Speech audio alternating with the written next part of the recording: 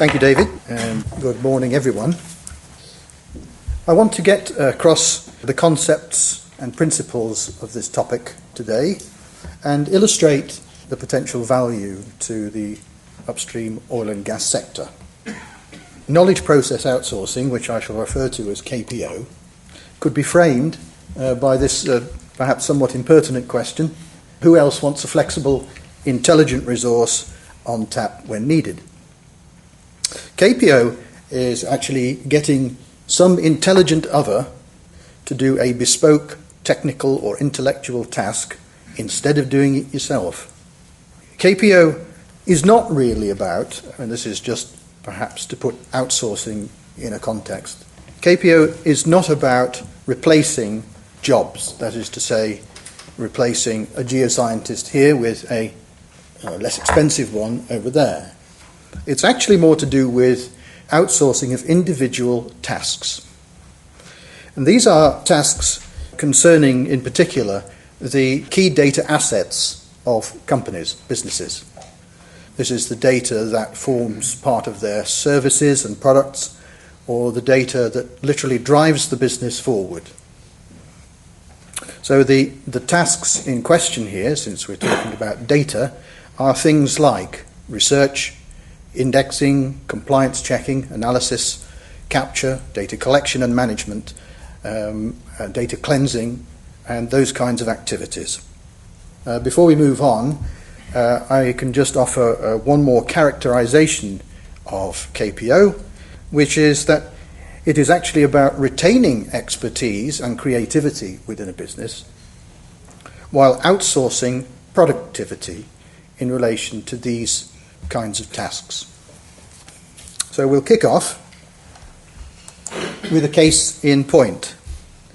This involves an upstream service company, familiar to this gathering undoubtedly, and renowned for its well drilling bits. Now, every day this company gets back from its customers, the people who have bought their bits, they get back reports of how the bits have performed in situ, down the well, and what condition they're in afterwards. These are, for example, daily drilling reports and summarised drilling reports, and they come in all shapes and sizes, so these are not standardised in any sense, at least not yet, and they contain lots of acronyms, as you're probably aware of, and abbreviations and other technical jargon, not in any particular order, but essentially present in the reports. Furthermore, the reports are not computer friendly. There are some reasons for that, but the reports actually come back in not particularly useful electronic forms. But still, the data that they contain is vital for our service company, and what they need to do is to get that data captured into a central database, their central database of wells and bit performance records. This data is important to the engineers and technical sales staff because it informs the operational decisions that they make, also product development, research and development, and sales and marketing. And it's traditionally those people, those very people, the engineers, the highly paid engineers, who did this capture. So where they're based, they receive the reports every day and went about capturing this data into the central database. Well, that was the idea. But actually, in practice, what happened was that the reports piled up day after day, and as deadlines approached or important tasks approached for them, they would pick and choose their reports and capture those somewhat in a rush, leaving the others basically uncaptured. So in my summary here, what I'm saying is that the engineers are really like the square pegs in the round holes for this particular task. They're eminently suited to actually dealing with the data. The reports are clear to them, understandable, but it's actually not best use of their faculties or time. So the lost inheritance that I've put here really is the other stack of reports that never got captured. And this actually is still critical data. It's still data of great value, but it just sits there.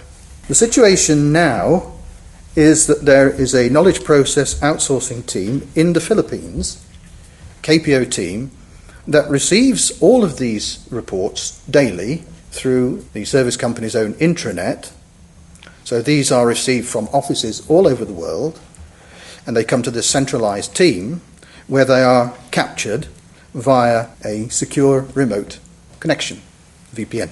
Furthermore, the reports are captured to a known and high level of accuracy and within guaranteed turnaround times. This happens every day, so nothing gets left aside or rushed.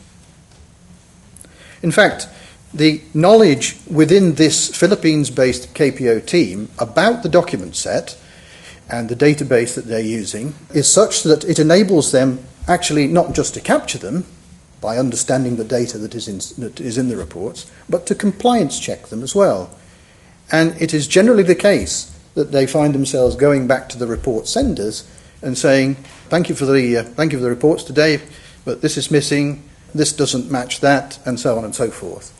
So they're actually applying a great deal of understanding to the process, which of course they received through training in the first place from the customer. So we can say that the KPO team is one of specialists in a task forming part of a business process that starts with the drill down the well and ends with decision making and product development and so forth using the data from the drilling experience. It's still the same business process that exists within the customer's business, but now with an outsourced portion, as it were, taken to one side and done by a different team. And that is the technical capture task. And these are the kind of benefits that they accrue from this helping hand from the KPO team. There is no lost data legacy.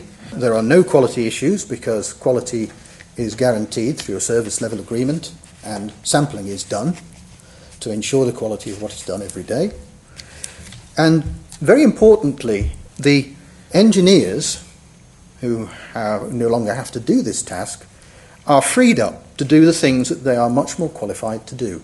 It gives them the chance to add more value to their employers' businesses and not to worry about mundane things because they know that when they need the data, it will be there.